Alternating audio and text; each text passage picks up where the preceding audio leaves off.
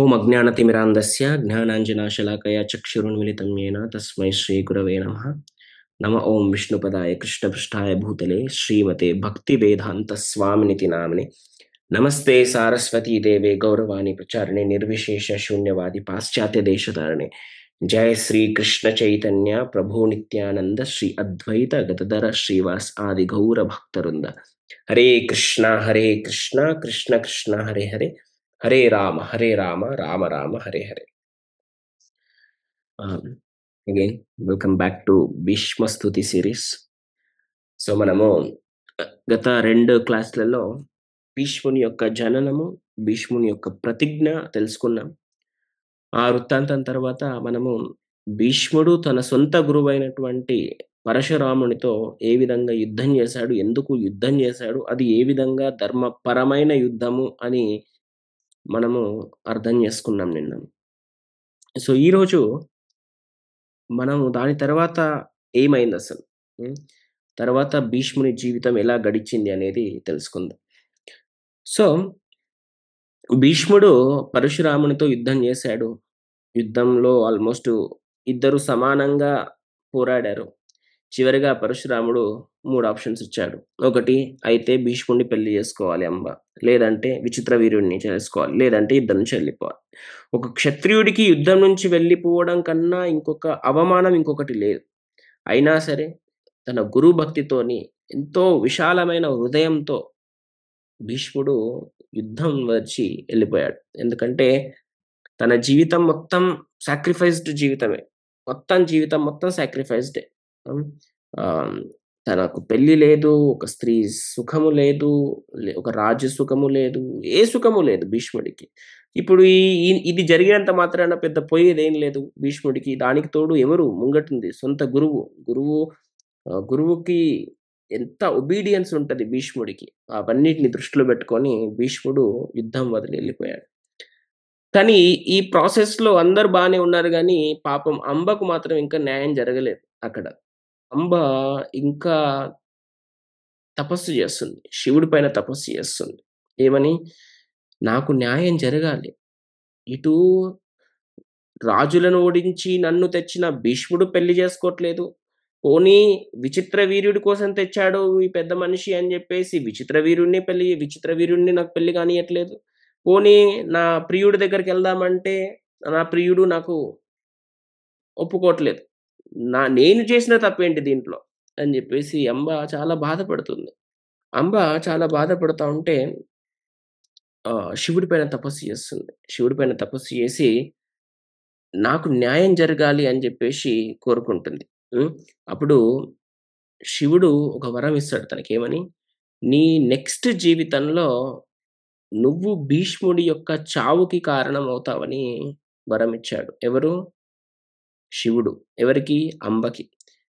ఇక్కడ భీష్ముడుకి ఇచ్ఛామృత్యు వరం గూడా ఉంది. కానీ ఇక్కడ ఏమంటున్నారు? భీష్ముడికి మరణము అంబ వల్ల వస్తుందని చెప్తున్నారు. సో ఈ 2 ఎలా కనెక్ట్ అవుతాయనేది మేబీ లాస్ట్‌లో వస్తుంది కావచ్చు. మనకు భీష్మస్తుతి దగ్గర వస్తుంది. ఇంకా మనం భీష్మస్తుతి ఇంకా స్టార్ట్ చేయట్లేదు మనం. భీష్మస్తుతికి ఇంకా ఇంట్రడక్షన్‌లోనే ఉన్నాం మనం. ఈ విధంగా అయిన తర్వాత ప్యారలల్‌గా ద్రుపదుడుకి సంతానం కోసం చాలా తపస్సు చేస్తున్నాడు ద్రుపదుడు. ఈ ద్రుపదుడు సంతానం కోసం ట్రై చేస్తా ఉంటే అక్కడ ఆయనకి ఒక వరం ఇచ్చారు. ఎవరు? శివుడు వరం ఇచ్చాడు. ఏమని? నీకు అబ్బాయి పుడతాడు అని వరం ఇచ్చాడు. కానీ తీరా చూస్తే కొన్ని రోజుల తర్వాత అమ్మాయి పుట్టింది. అమ్మాయి పుట్టేసిన తర్వాత ఆకాశంలో నుంచి ఒక ఆకాశవాణి వచ్చింది. ఏమని? నీకు పుట్టిన సంతానము శివుని యొక్క వరం ప్రకారము బాబే. కాకపోతే ఇప్పుడు బాబు కాదు, కొన్ని రోజుల తర్వాత బాబు అయితాడు అని చెప్పేసి ఒక ఆకాశవాణి వచ్చింది. సో దీన్ని దృష్టిలో పెట్టుకొని వాళ్ళ తండ్రి ద్రుపదుడు ఆ పాపని ఒక మంచి అబ్బాయిలాగా పెంచాడు. అమ్మాయిలాగా కాకుండా బట్టలు అబ్బాయిలాగా వేయడము, విలువిద్యలు నేర్పించడము అన్నీ అబ్బాయిలాగా చేశాడు. ఇక్కడ మీరు చూసినట్లయితే ప్రతి ఒక్క సంతానంకి ఒక తపస్సు ఉంది వెనకాల. మీరు చూసినట్లయితే ప్రతీపుడు ఒక తపస్సు చేశాడు నాకు బిడ్డ పుట్టాలి అని చెప్పేసి. దశరథ మహారాజు తపస్సు చేశాడు నాకు బిడ్డ కావాలి అని చెప్పేసి. ఇక్కడ చూడండి మీరు, ద్రుపదుడు తపస్సు చేస్తున్నాడు నాకొక బిడ్డ గావాలని జెప్పేసి. ఇది గర్భధారణ సంస్కారంలో ప్రక్రియ. ఆ! మనమందరం గూడా మీ రిలేటివ్స్‌ని ఎంకరేజ్ చేయండి. మనమందరం కూడా గర్భధారణ సంస్కారం చేయాలి. సంతానం కలగడం అంటే it's not a time pass. It's not a coincidence. It's not a entertainment. It's not a by product. It's not anything. It is only A purpose, A service to the lord. భగవంతునికి సేవ చేయడం. So, మనమందరం గూడా మంచి గర్భధారణ సంస్కారం అంటే ఏ యజ్ఞాలు, హోమాలు చేయాల్సిన అవసరం లేదు ఇక్కడ మనం. ఏం చేయాలి చక్కగా ఒక భార్య, భర్త కలిసే ముందు దాన్ని ఒక ధర్మపరమైన ప్రక్రియలాగా చూసి, ఓన్లీ కామ వాంఛనతోనే కూడిన ప్రక్రియ గాకుండా, నాకు పుట్టబోయే సంతానం ఎంతో గొప్ప సంతానం రావాలి. ఈ సంతానం ఇంకా ఎంతో మందికి భగవంతుని యొక్క భక్తిని పరిచయం చేయాలి అనే ఉద్దేశంతోని మనము ఈ గర్భధారణ సంస్కారం మనం చేయాలి. అప్పుడు మంచి ఆత్మలు మన గ ఒక ఆడ గర్భంకి అట్రాక్ట్ అవుతాయంట. నిజం జెప్పాలంటే మన పిల్లలని మనమే చేసుకున్నట్టిక్కడ ఒక విధంగా జూస్తే. మనం ఎటువంటి పిల్లల్ని కోరుకుంటామో అటువంటి పిల్లలే వస్తారంట మనకు. మంచి ధర్మపరంగా భగవంతుని యొక్క స్మరణలో ఉంటూ మనము ఎప్పుడైతే గర్భాన్ని దాలుస్తామో, అప్పుడు మంచి సాత్వికమైన సంతానం వస్తుందంట మనకు. కానీ ఎప్పుడైతే మనం రాక్షసానందంతోని, కామ వాంఛనతోని ఎప్పుడైతే మనం గర్భం ధరిస్తామో, అప్పుడు మనకు చాలా రాజసిక, తామసిక గుణాలు కలిగినటువంటి సోల్స్ అట్రాక్ట్ అవుతాయంట. మీరు 'హిరణ్యకశపుడు, హిరణ్యాక్ష' చూసినట్లయితే అదే రీజన్. చాలా మంది ఇది నమ్మరు. బట్ అగైన్ తర్వాత నమ్మాల్సొస్తది. తర్వాత వాళ్ళు చూసిన తర్వాత. సో, ఈ విధంగా ఆహ్, ద్రుపదుడికి ఒక సంతానం కలిగింది. తన పేరు ఏం బెట్టారు? శిఖండి అని బెట్టారు. సో, ఈ విధంగా అంబ ఎళ్ళిపోయింది. అంబ మాయమైపోయి తర్వాత శిఖండిలాగా పుట్టింది. నెక్స్ట్ అంబిక, అంబాలిక. అంబిక, అంబాలిక విచిత్ర వీర్యుడిని పెళ్లి చేసుకున్నారు. ఎందుకంటే చిత్రాంగదుడు చిన్న వయసులోనే చనిపోయాడు పెళ్ళికి ముందే. విచిత్ర వీర్యుడు అంబిక, అంబాలికను పెళ్లి చేసుకున్నారు. చక్కగా గడుపుతున్నారు. కానీ విచిత్ర వీర్యుడికి ఒక వ్యాధి వచ్చి పిల్లలు అవ్వకన్నా ముందే చనిపోయాడు విచిత్ర వీర్యుడు. ఇప్పుడు పెద్ద సమస్య ఏంటి? భీష్ముడు ఒకడే ఉన్నాడక్కడ. మగాయన ఆ వంశంలో. కురు వంశంలో భీష్ముడు ఒక్కడే ఉన్నాడు. ఇప్పుడెవరు లేరింక పిల్లల్ని కనడానికి. మన భీష్ముడు చూస్తే ప్రతిజ్ఞ చేసాడు. ఏమని? నేను పెళ్లి చేసుకోను. పెళ్ళే గాదు అసలు ఏ స్త్రీని గూడా నేను కామ వాంఛనతో చూడను అని జెప్పేసి ప్రతిజ్ఞ చేసుకున్నాడు. మరి పిల్లలెలా? కురువంశాన్ని ముందుకు తీసుకెళ్లడం ఎలా? అది భీష్ముడి యొక్క ధర్మం ముందుకు తీసుకెళ్లడానికి కురువంశాన్ని. ఎంత పెళ్లి చేసుకోకపోయినా ఆ వంశాన్ని ముందుకు తీసుకెళ్లడం భీష్ముడి యొక్క డ్యూటీ. అప్పుడు భీష్మదేవుడికి ఒక ఐడియా వచ్చింది. ఐడియా వచ్చే ముందు యాక్చువల్‌గా శంతను మహారాజు, సత్యవతి ఏమడిగారంటే భీష్ముడికి "పర్లేదు నువ్వు అంబిక, అంబాలికని ప్రెగ్నెంట్ చేయొచ్చు. అది వాలిడే ధర్మశాస్త్రం ప్రకారం. ధర్మశాస్త్రం ప్రకారం ఎప్పుడైతే ఒక స్త్రీ గనక చిన్న వయసులోనే ఆహ్, భర్తను కోల్పోతే వాళ్ళ వెరీ క్లోజ్ రిలేటివ్ ఆర్ వరుసలో ఉన్న వాళ్ళకి ఆహ్, ఉన్న వాళ్ళతో వాళ్ళు సంతానం చేసుకోవచ్చు. No problem. అది వాలిడే. అగైన్ అది కలియుగంలో ప్రొహిబిటెడ్. కలియుగంలో ఇలాంటివి నడవవు. మళ్ళా కలియుగంలో ఇవన్నీ చేస్తే ఇంకా మన గురించి మనకు తెలుసు ఏం చేస్తాం మనం. అవునా? సో, కలియుగంలో ఇది అప్లికబుల్ కాదు. కానీ ఆ టైంలో వాళ్ళకు ధర్మం ఏంటో తెలుసు. పిల్లల్ని కనడానికి ఉద్దేశ్యం ఏంటో తెలుసు. కామ వాంఛన ఎక్కడ వరకు ఉండాలో తెలుసు. ఎక్కడ కామం ఉండాలో, ఎక్కడ కామం ఉండకూడదో తెలుసు. ఎంత గొప్ప భక్తులు ఆళ్ళందరూ. అంత మంచి కాన్షియస్‌నెస్ ఉంటది గాబట్టి వాళ్ళందరికీ ఇవన్నీ వాలిడ్ ఒకప్పుడు. ఇప్పుడు మాత్రం ఇవన్నీ వాలిడ్ గాదు కలియుగంలో. హ్మ్. మనకు చారం చేయమంటే భారం చేస్తాం మన కలియుగంలో. సో, అలాంటివి ఎన్ని అశ్వమేధ యజ్ఞాలు వాలిడ్ గాదు. మన కలియుగంలో ఇలాంటి నియోగ ప్రక్రియలు వాలిడ్ కాదు. మన కలియుగంలో ఇవేవి వాలిడ్ కాదు. సో, ఫైనల్‌గా భీష్మదేవుడు ఏం చేశాడంటే, తల్లి నేను ఈ పని చేయలేను. ఎందుకంటే నేను ప్రతిజ్ఞ తీసుకున్నా. ఏం ప్రతిజ్ఞ? ఏ స్త్రీని కూడా నేను కామ వాంఛనతో చూడను అనే ప్రతిజ్ఞ తీసుకున్నా. నేనిప్పుడు నా తమ్ముడి భార్యలకు నేను అలా ఎలా చూస్తాను? నేను చూడలేను. నేను నా తండ్రికిచ్చిన ప్రతిజ్ఞ కోసం నా సొంత గురువుతోనే నేను యుద్ధం చేసినా. ఇప్పుడు ఈ దానికి లొంగిపోమంటే నేనెలా లొంగిపోతాను? కానీ నా దగ్గర ఒక ఐడియా ఉంది. ఐడియా ఏంటంటే మీకు మత్స్యగంధగా ఉన్నప్పుడు మీకొక సంతానం ఉంది గుర్తుందా? వ్యాసదేవుడు. ఆ వ్యాసదేవుడు పుట్టగానే వెళ్ళిపోయాడు మీ దగ్గర నుంచి. వెళ్ళిపోయేటప్పుడు ఏం జెప్పాడు? "మీకు ఎప్పుడన్నా ఏమైనా అవసరం ఉంటే నన్ను పిలవండి. నేనొచ్చి హెల్ప్ చేస్తా" అని జెప్పాడు. ఆ వ్యాసదేవుడిని పిలవండి. వ్యాసదేవుడు నేను ఇండైరెక్ట్‌గా అన్నదమ్ములమే గదా! సో, విచిత్ర వీర్యుడికి వ్యాసదేవుడు గూడా అన్ననే గదా! సో, తనని పిలవండి. ఇంప్రెగ్నేట్ చేస్తాడు అంబిక, అంబాలికనని జెప్పేసి వ్యాసదేవుడిని పిలవగా, వ్యాసదేవుడు ఎప్పుడో తపస్సు చేసుకుంటూ ఉండేవాడు. ఎక్కడ? అడవులలో తపస్సు చేసుకుంటూ భగవంతుని పైన ధ్యానం జేస్తూ ఉండేవాడు. సో, ఎప్పుడైతే సత్యవతి కబురు పంపిందో వ్యాసదేవుడికి, వ్యాసదేవుడు వచ్చి అంబిక, అంబాలికను ఇంప్రెగ్నేట్ చేయడానికొచ్చాడు. అయితే అంబిక దగ్గరికి వెళ్ళేటప్పుడు అంబిక చాలా అన్‌కంఫర్టబుల్‌గా ఫీల్ అయింది. ఎందుకంటే మొత్తము మ్యాటెడ్ హెయిర్ జుట్టంతా ఏమంటారు? మ్యాట్ అయిపోయింది. మనం ఎప్పుడైతే ఎగ్జాంపుల్ ఎక్కువ రోజులు స్నానం చేయకుండా కాదు. ఎక్కువ రోజులు హెయిర్ వాష్ చేయకుండా ఉంటే హెయిర్ అంతా ఇట్లా గట్టిగా అయిపోతుంది కదా! అలా మ్యాటెడ్ హెయిర్ అయిపోయింది. నెక్స్ట్ ఆహ్, బాడీ నుంచి ఒక రకమైన స్మెల్లొస్తుంది. మంచి సుగంధమైన స్మెల్. మామూలు ఎందుకంటే వాళ్ళు ఆహ్, తపస్సు చేసుకుంటూ ఉండేవాళ్ళు గాబట్టి, మంచి రేడియంట్ తేజస్సు ఉన్నది మొహంలో. ఇట్లా ఒక సూర్యకాంతిలాగా కనిపిస్తుంది. ఇవన్నీ చూసిన తర్వాత అంబిక కొద్దిగా అన్‌కంఫర్టబుల్‌గా ఫీల్ అయ్యి సడెన్‌గా కళ్ళు మూసేసింది. ఈ నియోగ ప్రక్రియ. దీన్ని నియోగ ప్రక్రియ అంటాం. అవునా? ఆహ్, సో, ఈ జరుగుతుండగా అంబిక కళ్ళు మూసేసరికి దానికి ఆ అంబికకొచ్చే సంతానము గుడ్డివాడిలాగా పుట్టాడు. తనే ధృతరాష్ట్రుడు. సో, ధృతరాష్ట్రుడు పెద్దగయ్యాక ఒక క్వెషన్ అడిగాడు కృష్ణుడికి. "కృష్ణ నన్ను నన్ను గుడ్డోడిలాగా ఎందుకు పుట్టించినవు? ప్లస్ నా 100 మంది సంతానాన్ని చనిపోవడానికి కారణం ఎందుకయ్యావంటే" కృష్ణుడు చెప్తున్నాడు ఏమని? "నువ్వు ఒక 50 సంవత్సరాల క్రితము హ్మ్. ఆహ్, ఒక చీమల కళ్ళు పొడుచుకుంటూ ఆహ్, సంతోషపడేవాడివి. చీమలు కళ్ళు పొడుచుకుంటూ అవి చనిపోతా ఉంటే సంతోషపడేవాడివి. అందుకోసమే నువ్వు గుడ్డివాడిలాగా పుట్టావు. 100 చీమలు చంపినందుకు నీ 100 సంతానము చనిపోయారు అని జెప్పేసి చెప్తారు. అప్పుడు ధృతరాష్ట్రుడు అడుగుతాడు. కృష్ణ ఇది ఏమన్నా న్యాయంగా ఉందా? చీమల్ని చంపితే నా కొడుకులు చంపడం ఏంటి? అది పోయి 50 సంవత్సరాలు ఉండడం ఏంది? అదేదో అప్పుడే ఇచ్చేసి అయిపోతుండే గదా! అంటే అప్పుడు కృష్ణుడు చెప్తున్నాడు ఏమని?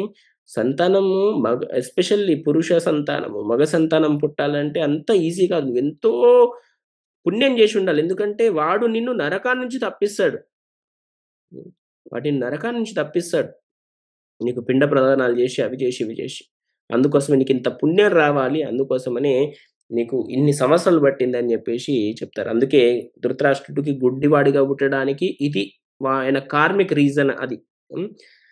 సో, బయాలజికల్ రీజన్ ఏంటంటే, అంబిక కళ్ళు మూసుకుంది. ఎప్పుడు వ్యాసదేవుడు ఇంప్రెగ్నేట్ చేయడానికొచ్చినప్పుడు. తర్వాత అంబాలిక దగ్గరికెళ్ళాడు. అంబాలిక దగ్గరికి వెళ్తే, అంబాలిక కూడా కొద్దిగా అన్‌కంఫర్టబుల్‌గా ఫీల్ అయింది. Little better than Ambika. But కొద్దిగా అన్‌కంఫర్టబుల్‌గా ఫీల్ అయింది. అందుకోసమే అంబాలికకు పాండురాజు పుట్టారు. అందుకే పాండురాజు ఎప్పుడు కూడా చాలా పేల్‌గా, డల్‌గా అంత హెల్తీగా ఉండేవాడు గాదు. అంబాలికకు పుట్టిన సంతానం. తర్వాత ఈ 2 విన్న తర్వాత సత్యవతికి ఇంకా బాధనిపిచ్చింది. అయ్యో! నా రాజ్యాన్ని ఇప్పుడు ఎవరు చూసుకుంటాడు? ధృతరాష్ట్రుడా గుడ్డివాడు. గుడ్డివాడు కాబట్టి రాజ్యానికి రాజుగా ఉండడానికి అర్హత లేదు. నా పాండ ఎప్పుడు చనిపోతాడో తెలీదు. ఈయనకు అనారోగ్యం. అంత యాక్టివ్‌గా గూడా లేడు. ఇప్పుడు నా రాజ్యాన్ని ఎవరు పాలిస్తారు? ఈ కురు వంశాన్ని ఎవరు ముందుకు తీసుకెళ్తారని జెప్పేసి బాధపడుతూ ఉంటే, ఆ బాధను జూడలేక అంబిక, అంబాలిక యొక్క సర్వెంట్ అయినటువంటి ఓ దాసి వ్యాసదేవుడి దగ్గరికి పోయి ఎంతో ప్రేమతో సర్వ్ చేసింది. ఎంతో ప్రేమతో సర్వ్ చేసింది. ఆ సర్వ్ చేసిన తర్వాత తనతో జరిగిన నియోగ ప్రక్రియ ద్వారా తనకి విదురుడు పుట్టాడు. హ్మ్. సో, ఈ విధంగా చూస్తే యాక్చువల్ కురువంశం నుంచి వచ్చింది ధృతరాష్ట్రుడు, పాండు. కానీ విదురుడు కాదు. ఎందుకంటే విదురుడు దాసీపుత్రుడు. కానీ మన వైదిక సాంప్రదాయంలో చూసినట్లయితే ఒక మనకి మన గోత్రం ఎప్పుడు కూడా మన తండ్రి నుంచొస్తుంది. మన వర్ణం ఎప్పుడు కూడా తల్లి నుంచొస్తుంది. ఇది మన వైదిక సాంప్రదాయంలో.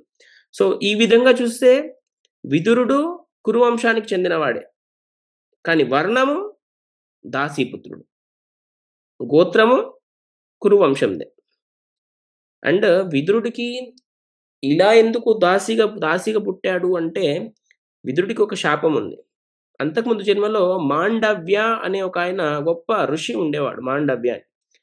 ఆ మాండవ్య చిన్న వయసులో 8 సంవత్సరాల కన్నా చిన్న వయసులో ఒక బర్డ్‌ని చంపాడు. ఒక పక్షిని ఒక చిన్న గడ్డి పోసతో చంపాడు. ఇది చూసి యమరాజు తనకు శిక్షించాడు. నువ్వు ఒక పక్షిని ఎలా చంపుతావని. చూడండి, పక్షిని చంపుతేనే ఇంత శిక్షేసాడు యమరాజు. మనం కోళ్ళని, మేకల్ని చంపి, చంపి, చంపి, చంపి, చంపి, చంపి, చంపి, చంపి, చంపి, చంపి మనం ఏమైతామో ఆలోచించండి ఒకసారి. మనం ఇవన్నిటిని చాలా ఈజీగా తీసుకోకూడదు. ఇవన్నీ మనకెందుకు చెప్తున్నారంటే, నాయనా ఇలా బతుకురా, ఇలా బతకకురా అని చెప్తున్నారిక్కడ. అంతేగాని ఇదేదో స్టోరీ బావుంది, వినడానికి చాలా బావుంది.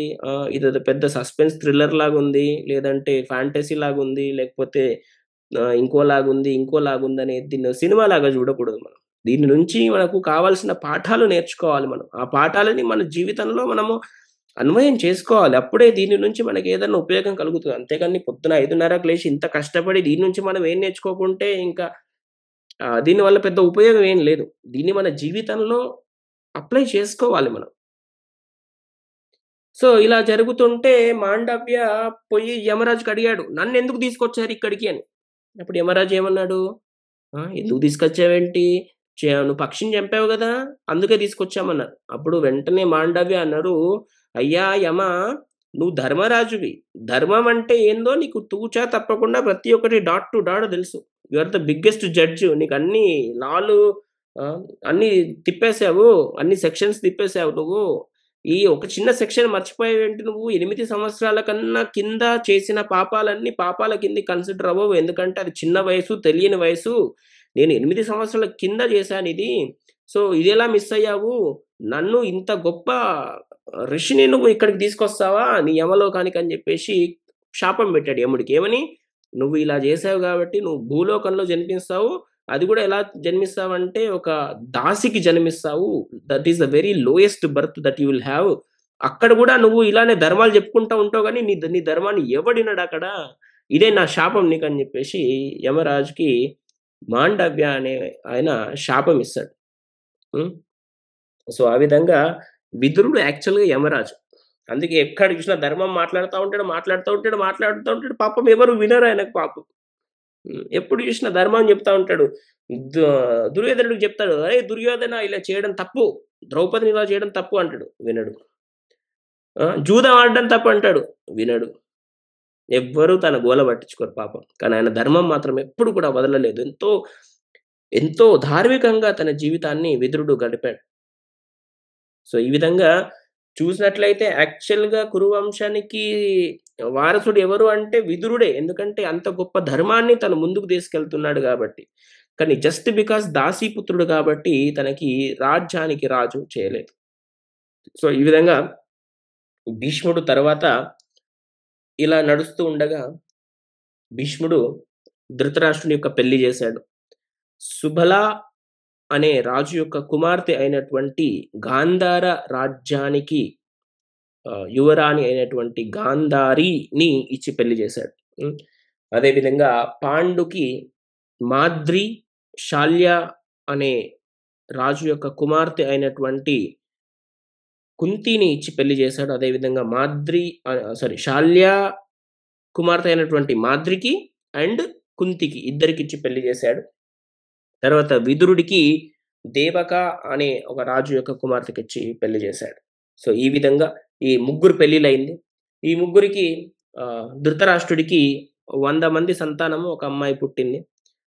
వాళ్ళని కౌరవులు అంటాం. పాండురాజుకి 5గురు సంతానం పుట్టారు. ఎవరెవరు? యుధిష్ఠిరుడు, భీముడు, అర్జునుడు, నకుల, సహదేవ. ఇన్‌ఫాక్ట్ ఈ యుధిష్ఠిరుడు, భీముడు, అర్జునుడు పాండుకు పుట్టిన డైరెక్ట్ సంతానం కాదు. ఎందుకంటే కుంతికి ఒక వరం ఉంది. ఏమని? దుర్వాస ముని ఒక వరం ఇచ్చాడు. ఎప్పుడైతే దుర్వాస ముని ద్రౌపది వాళ్ళ రాజ్యానికి వెళ్ళినప్పుడు ద్రౌపదీదేవి ఎంతో ప్రేమతో సర్వ్ చేసింది. ఎవరిని? దుర్వాస మునిని. సో, దుర్వాస ముని తన ఆతిథ్యానికి మెచ్చి ఒక వరం ఇచ్చాడు. ఏమని? "నువ్వు ఫ్యూచర్‌లో ఏ దేవుడిని తలుచుకొని నాకు ఈ బిడ్డ కావాలంటావో ఆ దేవుడి యొక్క అంశ నీ గర్భంలో ధరిస్తున్నావు" అని చెప్పేసి చెప్తారు. అప్పుడు వెంటనే కుంతి మహారాణి టెస్ట్ చేసింది. ఏమని? అసలు నిజంగా పని చేస్తదా? పని చేయదా? అని జెప్పేసి ఈ మంత్రము పెళ్ళికి ముందే ట్రై జేసింది. ఎవరిని? సూర్య భగవానుడిని ఆహ్, ప్రే చేసి సంతానం కోరింది. నాకు నీలాంటి తేజస్సయినటువంటి, శక్తివంతమైనటువంటి ఒక బిడ్డ గావాలనగానే వెంటనే కర్ణుడు జన్మించాడు. హ్మ్. కానీ సొసైటీలో ఇది చూపించుకోలేను. పెళ్లి కాకన్నా ముందే సంతానం వచ్చిందంటే నన్ను వెలేస్తారని జెప్పేసి కుంతీదేవి కర్ణుడిని ఆహ్, ఒక నదిలో వదిలేసింది. తర్వాత పాండురాజుతో పెళ్లయింది. తర్వాత యమరాజుని తలుచుకొని సంతానం కోరింది. అప్పుడు యుధిష్ఠిరుడు పుట్టాడు. వాయుదేవుడిని తలుచుకొని సంతానాన్ని కోరితే అప్పుడు భీముడు పుట్టాడు. అందుకే భీముడికి ఇంకో పేరు వాయునందనుడు. ఆహ్, అలాగే హనుమంతుడికి గూడా వాయునందనుడే. సో, హనుమంతుడిలాగా పుట్టాడు. ఎట్ ద సేమ్ టైమ్ భీముడిలాగా కూడా పుట్టాడు. అందుకే వీళ్ళిద్దరిని వాయునందనులు అంటారు. నెక్స్ట్ ఇంద్రుడిని తలుచుకొని బిడ్డను కంది. అప్పుడు అర్జునుడు పుట్టాడు.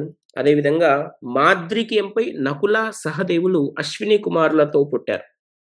మీరు చూసినట్లయితే పంచపాండవులు అంటాం మనం. పంచపాండవులు అన్నప్పుడు మీరు చాలామంది కొత్త వాళ్ళకడిగితే వీళ్ళ ఐదుగురు తల్లులు వేరు అని తెలీదు చాలా మందికి. చాలామంది ఏమనుకుంటారు, ఐదుగురు ఒకటే తల్లికి పుట్టిన సంతానం అనుకుంటారు. అదే విధంగా మీరు రామాయణం చూసినట్లయితే రామ, లక్ష్మణులు ఒకే తల్లికి పుట్టిన సంతానం అనుకుంటారు. కానీ కాదు. రాముడు వేరే వాళ్ళకి పుట్టాడు. లక్ష్మణుడు వేరే వాళ్ళకి పుట్టాడు. రాముడు ఎవరికి పుట్టాడు? కౌసల్యకు పుట్టాడు. లక్ష్మణుడు ఎవరికి పుట్టారు? సుమిత్రకు పుట్టారు. కానీ వీళ్ళిద్దరు ఎప్పుడు గూడా ఏమంటారు? ఒకటే సంతానం అనుకుంటారు చాలామంది రామాయణం తెలియని వాళ్ళు. ఇక్కడేమనుకుంటారు? ఈ ఐదుగురు పాండవులు గూడా ఒకటే తల్లికి పుట్టారనుకుంటారు. ఇలా బతకాలి మనం. హ్మ్. ఇప్పుడు ఒకే తల్లికి పుట్టిన సంతానం కూడా ఒకేలాగా ఉండండిరా అంటే అబ్బో! ఎన్నో కష్టాలు. భార్యతో గొడవ, భర్తతో గొడవ, లేదంటే అత్తతో గొడవ, మామతో గొడవ, ఒక గొడవనా, 2 గొడవలా. ఉండేదే అప్పుడప్పుడు ఎక్కడో న్యూక్లియర్ ఫ్యామిలీస్ లాగా బతుకుతున్నాయి ఎక్కడో హైదరాబాద్‌లో. అప్పుడప్పుడు కలుస్తారు అత్తమామలు. ఇంకా వాళ్ళతో గొడవ. పోనీ భార్యాభర్తలన్నా సరిగ్గా ఉన్నారు. అత్తమామలు బయట తోసేసి అంటే అది లేదు. వాళ్ళు ఇద్దరు సరిగ్గా ఉండరు. ఇది కలియుగం. కానీ ఇక్కడ చూడండి. ఒక డిఫరెంట్ తల్లికి వేరు వేరు తల్లికి పుట్టినా గూడా ఎంత గొప్ప అంటే ఒకళ్ళకు డౌట్ కూడా రాదు. వీళ్ళ తల్లి వేరు అని చెప్పే వరకు కూడా డౌట్ రాదు. అంత గొప్ప బతుకు. ఇది మన ధర్మం. ఇది మన వైదిక సాంప్రదాయం. ఇది మన సనాతన ధర్మంలో ఇంత గొప్ప విలువలు ఉన్నాయి. అలా బ్రతకాలి మనం. ఇన్‌ఫాక్ట్ అప్పుడు తల్లులు గూడా ఎంత గొప్పవాళ్ళంటే ఒకరోజు లక్ష్మణుడు ఆహ్, ఇంద్రజిత్తును ఓడిపోయి మూర్ఛపోయాక హనుమంతుడు సంజీవని తేవడానికి వెళ్తాడన్నమాట. వెళ్తా ఉంటే దారిలో ఆంజనేయుడు చెప్తాడు ఇట్లా లక్ష్మణుడికి ఇట్లా అయింది అని చెప్పేసి సుమిత్రకు చెప్తే, సుమిత్ర రియాక్షన్ ఏంటో తెలుసా? "అయ్యో! నా లక్ష్మణుడు చనిపోయాడా" అని చెప్పేసి బోరున ఏడవలేదు. ఏం చెప్పాడో తెలుసా? "నా రామచంద్రుడికి లక్ష్మణుని సహాయం ఇన్ని రోజులుందనే నేనెంత గుండె ధైర్యంతో నేనున్నాను. ఇప్పుడు లక్ష్మణుడే లేడు అక్కడ. మరి నా రామచంద్రుడు ఇంకెంత కష్టపడతాడు." ఆ! ఇంకెంత కష్టపడతాడు. శత్రుఘ్నుడిని పంపించనా మరి లక్ష్మణుడు ఎలాగో పోయాడు గదా! శత్రుఘ్నుడిని పంపించనా అని జెప్పేసి అంది. ఎంత గొప్ప విశాలమైన హృదయం గావాలండి అది చెప్పడానికి. ఆ! ఎవరో వేరే తల్లి బిడ్డ కౌసల్యకు పుట్టిన సంతానం కోసం ఆల్రెడీ ఒక సంతానం కోల్పోతుంది అని తెలిసినా గూడా ఇంకొక సంతానాన్ని ఇస్తా అంటుంది చూడండి సుమిత్రాదేవి. ఎంత ఎంత గొప్ప హృదయం గావాలండి అది చెప్పడానికి. ఎంత గొప్ప హృదయం గావాలి. అలాగే పంచపాండవులు గూడా వేరు వేరు తల్లి సంతానం అంటే ఎవరు ఒప్పుకోరు. రామాయణం తెలియనోళ్ళా? అలా ఎలా అంటాము? ఎప్పుడు అందరం కలిసి పూజిస్తాం గదా! ఐదుగురు కలిసి అరణ్యవాసంకెళ్లారు గదా! ఎప్పుడు నకుల, సహదేవులు, యుధిష్ఠిరుడి యొక్క మాట తప్పలేదు గదా! ఎప్పుడు వీళ్ళు గొడవ పడలేదు గదా! ఇంత గొప్ప అన్నదమ్ములు వేరు వేరు తల్లి సంతానం ఎలా అవుతుంది అని మనం అనుకుంటాం. ఎలా అయితే ప్రస్తుత ఆహ్, శాస్త్రీయ జ్ఞానం బాగా ఎక్కువై భగవంతుని యొక్క అస్తిత్వాన్ని ఎలా అయితే మనం నమ్మమో, అదే విధంగా ఇలాంటివి కూడా నమ్మం. ఎందుకంటే, ఈ కలియుగంలో ఉన్న బంధాల విలువ అంత తగ్గిపోయింది గాబట్టి. సో, మనం గూడా మన అన్నదమ్ములతో ఎంతో మంచిగా ఉండాలి. ఎస్పెషల్లీ నాట్ ఎస్పెషల్లీ అట్‌లీస్ట్ ఒక తల్లికి పుట్టిన సంతానం యొక్క అన్నదమ్ములు మంచిగా ఉండాలి. ఏ రోజు కూడా నకుల, సహదేవులు నీ వల్ల మాకు కనీసం ఒక ఊరు గూడా రాలేదు అని జెప్పేసి యుధిష్ఠిర మహారాజు యొక్క గుండెల మీద పోయి తన్నలేదు. నువ్వే లేకపోతే మా తల్లి మాకు సరిగ్గా వేరే వేరే ఉండుంటే, మా మాద్రి మాకు వేరే ఉండుంటే, మాకు రాజ్యం ఇచ్చేటోడేమో మేము ఒక దుర్యోధనుని యొక్క దాసులం అయిపోయేవాళ్ళము. మాకు రాజ్యాలొచ్చాయని జెప్పేసి నకుల సహదేవులు ఎప్పుడు గూడా ఎళ్లి గుండెల మీద తన్నలేదు యుధిష్ఠిరుడికి. అంత గొప్ప సంతానము అప్పట్లో ఉండేది. ఇది గర్భధాన సంస్కారం వల్ల మాత్రమే వస్తుంది. ఏదో క్యాండిల్ లైట్ డిన్నర్‌లని జెప్పేసి, అది అని జెప్పేసి ఏదో ఎంటర్‌టైన్‌మెంట్‌తో పిల్లల్ని కంటే ఇలాంటి పిల్లలు రారు. రాక్షసులొస్తారు.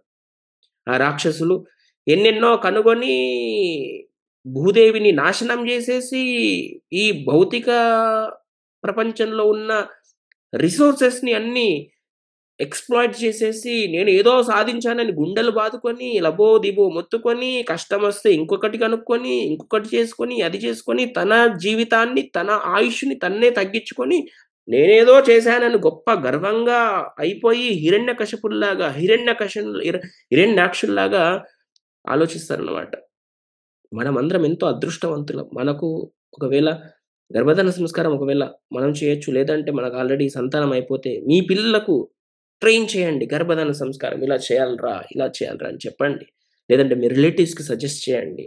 మీ ఫ్రెండ్స్‌కి సజెస్ట్ చేయండి.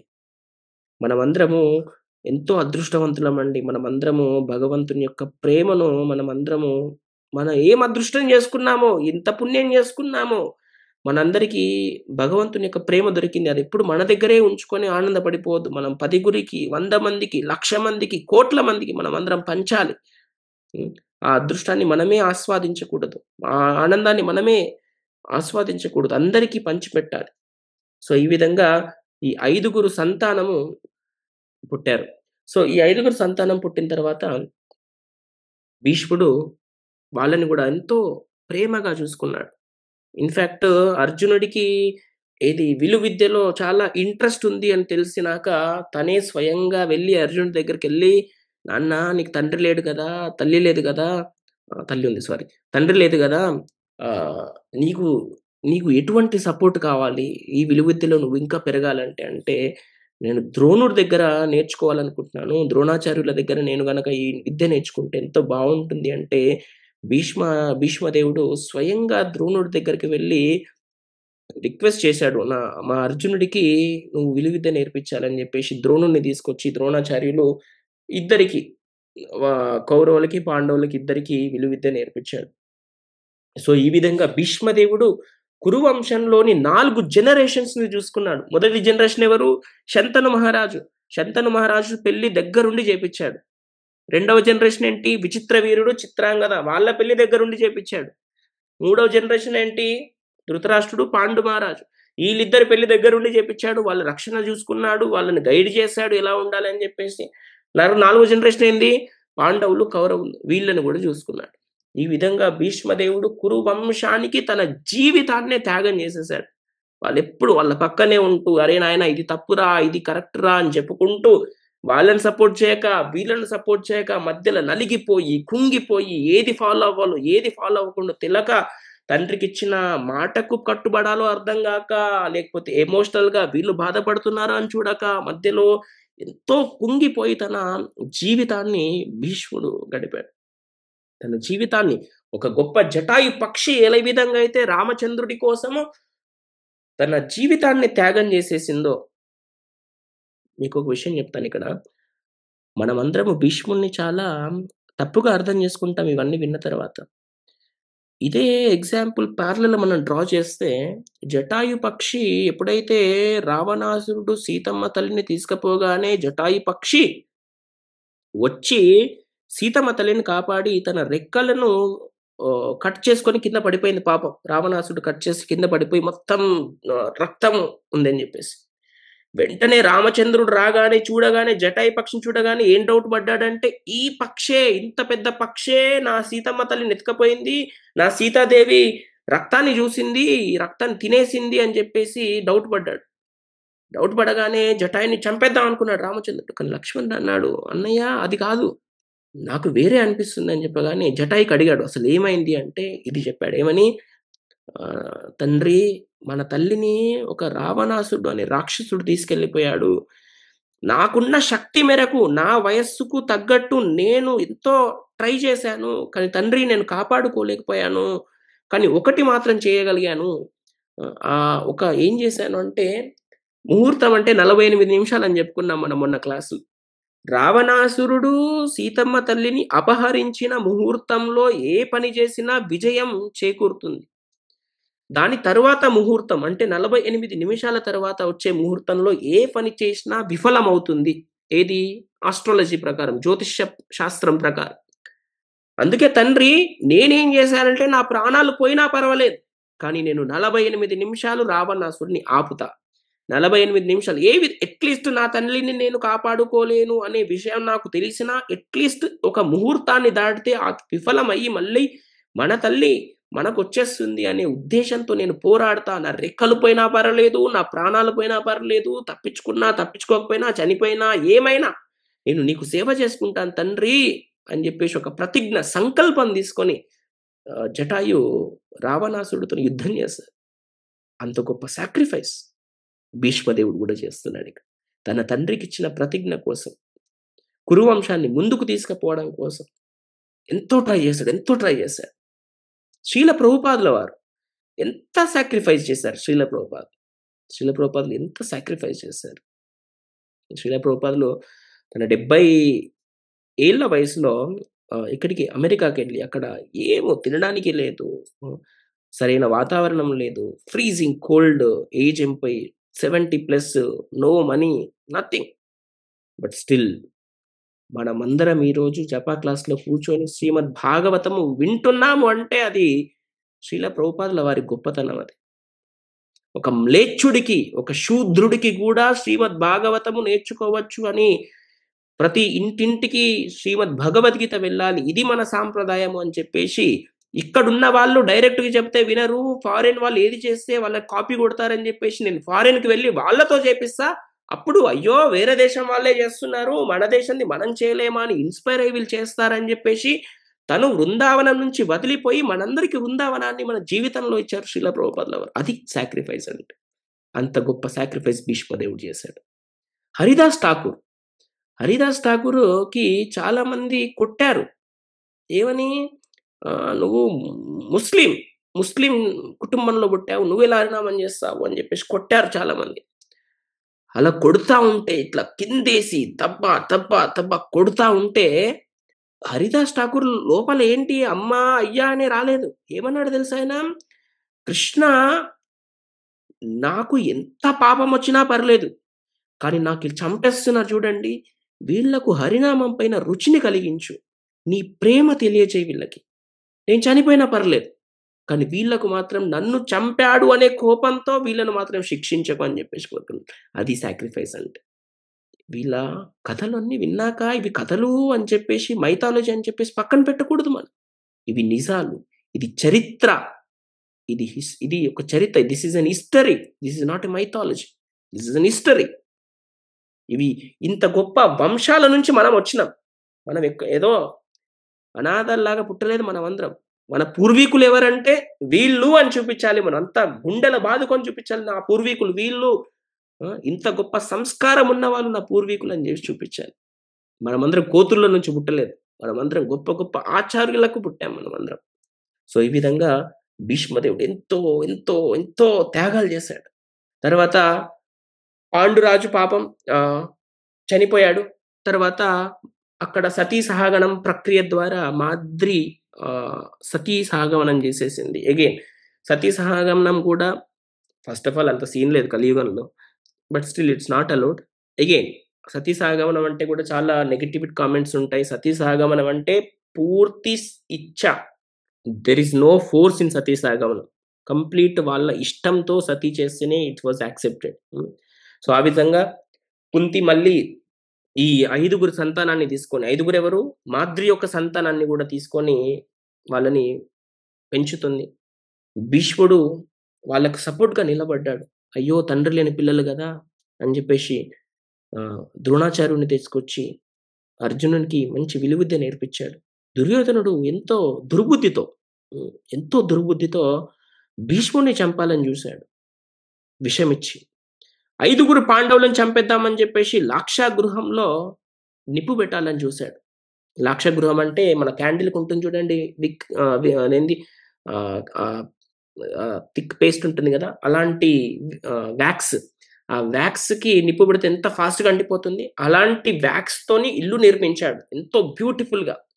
వీళ్ళకు ఏదో మర్యాద చేద్దామని జెప్పేసి. కానీ లోపల కుళ్ళు, కుతంత్రం. ఇట్లా చంపేద్దామని జూసాడు. భీష్ముడు ఏడ్చాడు. ఎప్పుడైతే లాక్షాగృహం దహనం అయిపోయిందో భీష్ముడు ఏడ్చాడు. అయ్యో! నా పాండవులు. ఎన్ని కష్టాలు వాళ్ళకి. చనిపోయారు నా పాండవులు అని జెప్పేసి ఏడ్చాడు భీముడు. ఎంత దుర్యోధనుడి వైపు నిల్చున్నా భీష్ముడికి పాండవులంటే ఎంతో ప్రేమ. ఎందుకంటే వాళ్ళ మాట్లాడే విధానము, వాళ్ళు నడిచే విధానము, వాళ్ళు జీవించే విధానం, వాళ్ళ విలువలు, వాళ్ళ సంస్కారముకి దాసుడు భీష్ముడు. నా తాత దుర్యోధనుడి వైపు నిల్చున్నాడని చెప్పేసి ఏ రోజు కూడా ఈ పాండవులు ఎప్పుడు కంప్లెయింట్ చేయలేదు భీష్ముడికి. అంత ప్రేమ అందుకే భీష్ముడికి వీళ్ళ పైనుంది. తర్వాత విదురుడు భీష్ముడు ఏడుస్తా ఉంటే విదురుడు భీష్ముడి దగ్గరకొచ్చి చెప్పాడు. హ్మ్. తండ్రి మీరేమి బాధపడొద్దు. మన పాండవులకి ఏం కాలేదు. వాళ్ళు తప్పించుకున్నారు. వేరే 5గురు చనిపోయారు. అక్కడున్న ట్రైబల్ వాళ్ళు ఎళ్లారు. వాళ్ళు చనిపోయారు. మన పాండవులు సేఫే అని చెప్పేసి ఉన్నారు. సో, అటునుంచి అటు పాండవులు కొన్ని రోజులు వీళ్ళకి కనబడకుండా ఉన్నారు.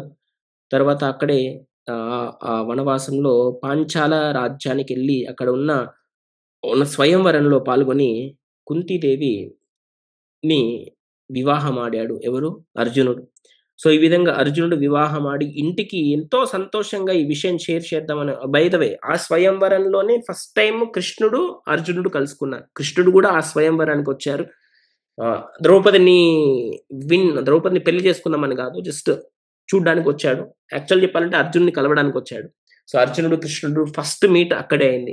సో, వెంటనే అర్జునుడు ఇంటికొచ్చేసి, "తల్లి కుంతీదేవి నేను నీకొక సర్ప్రైజ్ తీసుకొనొచ్చని" జెప్పాడు యాక్చువల్‌గా. సర్ప్రైజ్ తీసుకొనొచ్చని చెప్పగానే, ఏ సర్ప్రైజ్ అయినా, కష్టమైనా, నష్టమైనా, సుఖమైనా ఏదైనా 5గురు కలిసే పంచుకోండి అన్నాడు. "కాదు తల్లి నేను వేరే సర్ప్రైజ్ తీసుకొచ్చానంటే" "no this is my order. You follow it" అని జెప్పేసి అనగానే 5 మెంబర్స్‌ని పెళ్లి చేసుకుంది Draupadi. If you look at it in dharmic way, it is actually వ్యాసదేవుడు దీనికి ధార్మిక రిఫరెన్సెస్ కూడా ఇస్తాడు. మీకు వేరే వేరే ఎగ్జాంపుల్స్‌కు ఓన్లీ ద్రౌపదే కాదు, ప్రాచీన వర్హి విషయంలో గూడా ఈ సేమ్ ఎగ్జాంపుల్ మనకు కనిపిస్తుంది శ్రీమద్ భాగవతంలో. మేబీ ఆ చాప్టర్ చెప్పుకున్నప్పుడు చెప్పుకుందాం. We are running out of time. So, ఈ విధంగా భీష్ముడి యొక్క గైడెన్స్ ప్రకారము, భీష్ముడి యొక్క రిక్వెస్ట్ ప్రకారము లాస్ట్‌కి దుర్యోధనుడు కొద్ది ప్లేస్ ఇచ్చాడు పాండవులకి. ఎవరి వల్ల? భీష్ముడి వల్లనే. వాళ్ళకొక ప్లేసొచ్చింది. నాయన వాళ్ళు గూడా పాండురాజు మీ చిన్నాయన కొడుకులే గదా! వాళ్ళకు గూడా ఒక రాజ్యం ఉండాలి గదా! వాళ్ళకు కూడా ఒక మర్యాద ఉండాలి గదా! అని చెప్పి రిక్వెస్ట్ చేసి బతిమలాడితే దుర్యోధనుడు లాస్ట్‌కు సరే అని చెప్పేసి 5 గ్రామాలిచ్చాడు. 5 గ్రామాలు గాదు. ఒక ప్లేస్ ఇచ్చాడు. ఆ ప్లేస్ ఏంటంటే కాండవ ప్రస్థం అనేది ఇచ్చాడు. అంటే ఒక కాండ అంటే ఇది అరణ్యం రైట్? ఒక ఫారెస్ట్. ఆ ఫారెస్ట్ ల్యాండ్ పడీత్ అంటాం గదా! మనూర్లలో ఏనికి పనికి రాకుండా ఉంటది జూడండి. అట్లాంటి పడీత్ భూమి. ఎటువంటి పనికి రాని కొద్ది భూమిని దుర్యోధనుడు వీళ్ళకిచ్చాడు.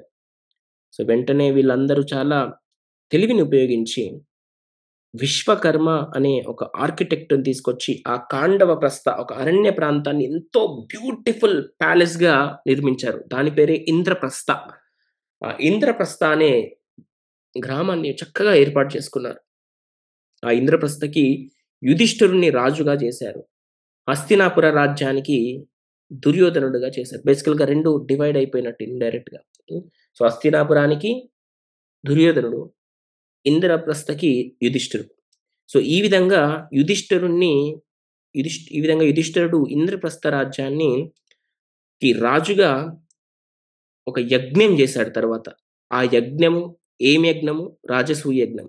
ఆ యజ్ఞం ఎలా అయింది? మొదటిసారిగా ఆ యజ్ఞంలో ఎంతో రాజులు ఎలా అటెండ్ అయ్యారు? అందరూ రాజులు దానికి ఎలా అంగీకరించారు? భీష్ముడికి, కృష్ణుడికి మధ్య సంవాదం ఏంటి? కృష్ణుడు శిశుపాలుని ఎలా చంపాడు? భీష్ముడిని శిశుపాలుడు ఎలా అవమానించాడు? అనేది తర్వాత క్లాస్‌లో మనము చూస్తాం. సో, నెక్స్ట్ క్లాస్‌లో మనము కృష్ణుడికి, భీష్ముడికి మధ్య ఉన్న అనుబంధాన్ని మనం చూస్తాం. కృష్ణుడికి, భీష్ముడికి మధ్య ఉన్న అనుబంధాన్ని చూస్తాం.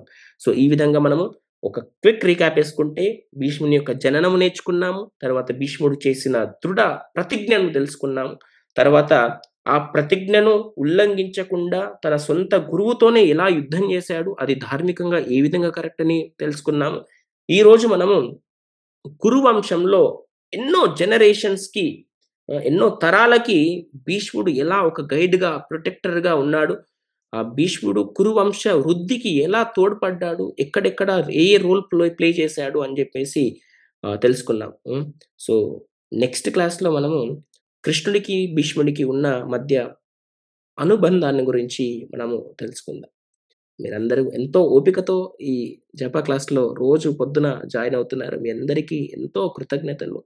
మీ అందరికీ నాకు కూడా భగవంతుని యొక్క కృప ఇలాగే ఉండాలి అని చెప్పేసి మనమందరము ప్రే చేద్దాం. హరే కృష్ణ, హరే కృష్ణ, కృష్ణ కృష్ణ హరే హరే, హరే రామ, రామ రామ హరే హరే.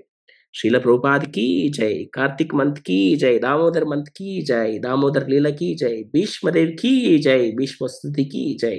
हरि बोल.